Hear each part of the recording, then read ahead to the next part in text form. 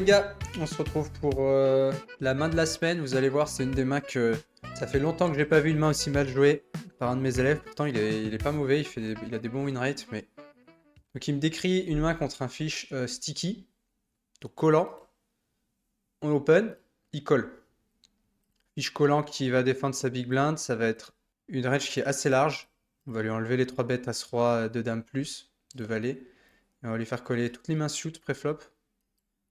Voilà, quelque chose comme ça. On va pas chercher non plus trop de précision. L'important, c'est de lui mettre une assez grande range.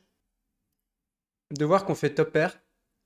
Et donc là, malgré que le board soit un petit peu drawy, contre un fiche collant, c'est très important pour moi de bet big tout de suite. Surtout qu'on est en position. Donc on peut faire grossir un pot sur ce board un peu dynamique, etc. Même s'il peut y avoir des 8, des 6, des trèfles qui vont venir changer les équités turn. Comme on est en position, ça va être plutôt facile à jouer. S'il y a vraiment des cartes de merde, on va pouvoir juste check à la turn, tranquille, ou réduire notre sizing. Mais pour autant, au flop, il y a tellement de tirage chez le fiche qu'on va bet cher. Donc si on bet cher, quelle range est-ce qu'on veut faire payer? Donc nous, on a As-10, et le flop est venu 10, 9, 7. Donc si je bet cher, je vais tout de suite faire payer. Bah, ça, c'est toutes les mains qui vont payer. Je vais les mettre en rouge. Tous les draws ici. Tous les draws. Donc les seules mains qui ne vont pas payer, c'est des mains non faites et peut-être des overcards. Quoique, vous voyez que les overcards, c'est des bonnes 2 overs. Donc je vais lui mettre, étant donné qu'on a dit que c'était un fiche collant, je vais les garder les 2 overs. Parmi ça, qu'est-ce qui me bat? Bah, straight, 7, 2 paires, over pair. Je filtre. Donc je vois que je suis devant 90% de la range qui me colle. Tout ce qui est en dessous, en rouge, qui va de top pair jusqu'au draw, je suis devant. Donc ici, je prends aucun risque à miser cher, puisque je vais me faire payer par toutes les paires, tous les draws. Okay, et il risque de raise, straight, brelan, 2 paires. Overpair, il n'y en a pas. Donc tout de suite ici, dans ces nuts, je vais venir lui enlever une petite partie. C'est-à-dire que je vais lui faire raise un petit peu de straight. Pareil pour les brelans. Environ la moitié, pour que je lui garde un peu de brelan dans le call quand même. C'est parti. On bet big. Donc là, mon élève va bet small. C'est pas une grosse erreur, mais j'aurais largement préféré bet big. Et turn vient l'as de cœur. Si je continue à bet big, de type pot, qu'est-ce qui va me payer? Straight, 7, 2 paires, top pair. PP, il n'y en a pas. Les 10, ce sont les top pairs du flop, il va pas folder. Weak pair, pas sûr qu'il fold un 9, parce qu'on a dit qu'il était sticky. Les mains qui n'ont rien, ils vont folder. Et tous les draws vont payer. Ok. Donc je refais la même chose. Je filtre. Et je regarde parmi les nuts celles qui pourraient me raise. Bah, les straight vont raise. Des brelans pourraient raise encore une fois. Donc je vais venir encore les diluer. S'il n'a pas raise quinte au flop, il pourrait commencer à les raise turn. Pareil pour les brelans. On lui a donné 2 opportunités de nous raise ces jeux forts. Et on va lui mettre les meilleurs top pairs par exemple. Les meilleurs 2 paires, pardon. Voilà. Toujours pour lui enlever un petit peu de nuts. On voit que je suis encore en value plus de 80% du temps avec équité, donc je peux allumer. J'allume. Donc là, on verra les erreurs de mon élève, mais on fait pour l'instant avec Flopzilla, on bet big. River, on fait full nuts sur le 10 qui rentre. Si j'allume encore, qu'est-ce qui va me payer? Royal flush, straight, quads, full, flush, straight, brelan, top pair. Les 9 peuvent folder cette fois-ci. Les PP, il n'y en a plus, et les R vont fold. Okay. Parmi les mains qui payent, qui sont fortes, qu'est-ce qui me bat? Flush royal, straight flush, mais il n'y en a pas. Carré, il n'y en a pas. Full, bah, je bats. Flush, je bats. Straight, je bats. Les 10, je bats. Et les top pair, les as, je bats. Donc j'ai 100% du temps la meilleure main, j'ai nuts. Par quoi est-ce que je vais essayer de me faire payer? Bah voilà sa range. Les as, les flush, les straight, les brelans inférieurs, les trips avec le 10, etc., etc. Sauf que, qu'est-ce qui s'est passé avec notre line de bet? Small. 3 quarts. Le pot fait 24.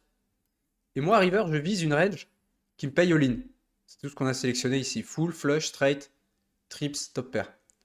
Donc ici, vous devez faire all-in. Mais ce que je déplore, c'est qu'on n'est pas bet big tout de suite.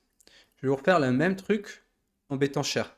Si je bet 3 quarts, 4 blindes, combien fait le pot? Bon, on calcule. Je bet 4.5, allez, 3 quarts. Il va coller 4.5. Et le pot, il faisait 6. Il fait 15. Au lieu de 9. Turn, j'aurais bet pot. Avec tous les draws. Donc le pot, il fait 15. Plus moi, j'envoie 15. Plus il me colle 15. Il fait 45. Alors que là, il fait 24. Donc j'ai déjà un pot 2 fois plus gros. Et ensuite, je peux faire tapis river. Combien est-ce que j'aurais fait tapis? Donc le pot faisait 45. Combien j'ai investi dans ce pot? Bah la moitié. J'ai investi 22. Donc moi, il me serait resté environ 80 blindes. Ok, 100 moins ce que j'ai investi.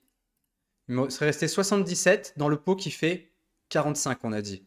Donc j'aurais shove uniquement un peu moins de 2 fois pot, ça serait passé tout seul. Plutôt que là, il fait 3 quarts, et c'est ce que je me répète, je pense que là, toutes les mains de la semaine, on a parlé de ça. Toutes les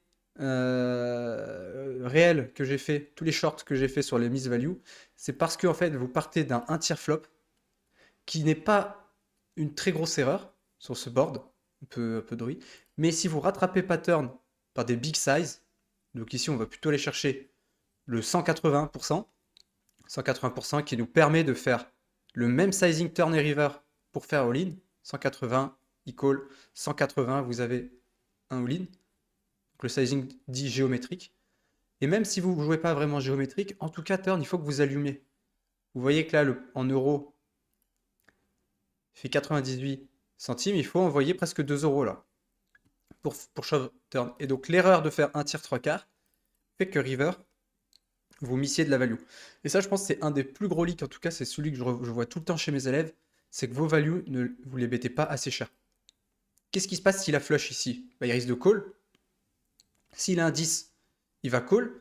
Et s'il a un as, il va call.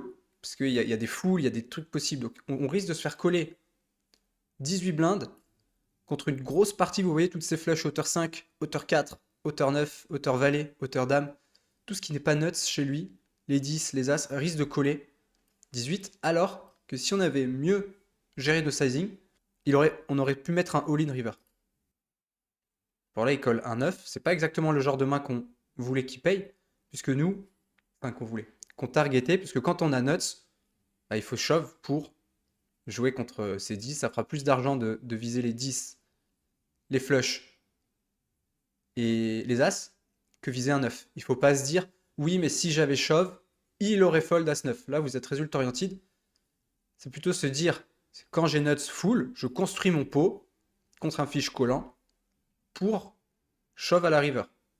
Quoi qu'il se passe, je shove à la river. Ici, quand on est là, on sait que si ça rentre pas un trèfle ou quinte ou quoi, que ça vient un gros brick, un 2 de pique, il faut shove contre le fiche. Ok? Et donc quand on fait full, encore mieux. Donc si vous vous dites que ah mais il aurait rien collé si j'avais pas bet 18, là vous n'avez pas le bon thinking. C'est le bon thinking qu'il faut avoir, c'est ça. Qu'est-ce que je vise river? Ça, et j'ai mis les 8 paires, je les ai pas mis, vous voyez? Elles sont là. Parce que c'est pas ça que je vise en all-in. Ça, s'il paye, c'est du bonus, le 9. C'est plutôt des mains qui doivent fold. Par contre, toutes ces top pairs, 10, straight, donc il en reste peu, hein, parce qu'il a plus les raise flop ou turn, mais les flush surtout, il les a toutes. Ça me donne, et les foules inférieures, me donne le stack. Les 9, c'est pas ça que je vise. Ok? Donc main très très très importante pour la value. Plus cher flop, plus cher turn, all-in river, et ça passe mieux. Et si vous jouez vos values comme ça toute l'année, sur le long terme, vous allez... Là, on double nos win rates contre fiche en value, hein. Entre celui qui prend des pots à 24 blind river et celui qui arrive à jouer le stack, dans l'ensemble des cas où vous aurez des values contre les fiches, le win rate, on est facilement sur du x2, hein, parce que là, on peut prendre 18, prend un pot à 60 et on lui a laissé 60 blindes. Donc vous voyez, il y a de quoi prendre, de quoi prendre de double. Ok, petite main rapide de la semaine, mais comme je l'ai vu, elle m'a arraché les yeux, les cheveux, les poils. Donc, donc voilà les gars, ciao ciao.